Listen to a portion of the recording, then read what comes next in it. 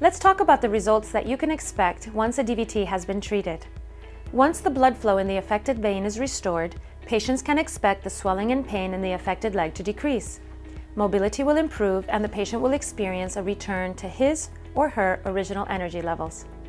Unfortunately, when a DVT is not diagnosed and treated on time, it can become chronic.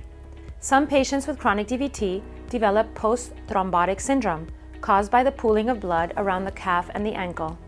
The blood pools because the clot scars and damages the vein, and the blood can't travel to the heart as it is supposed to.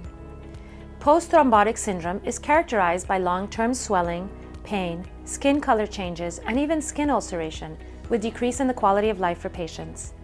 Unfortunately, not all the symptoms may be reversible, but the earlier the patient sees a vascular surgeon for treatment, the better the results that can be expected. About half the people that suffer DVT can expect a recurrence at some point in their lives.